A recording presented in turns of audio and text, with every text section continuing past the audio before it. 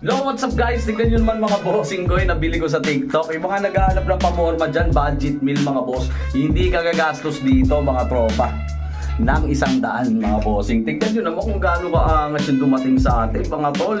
Okay mga bossing ko, ito meron tayong silver necklace dyan. Meron pa siyang kasamang pendant mga boss. Okay, may pendant pa yan na cross mga bossing ha.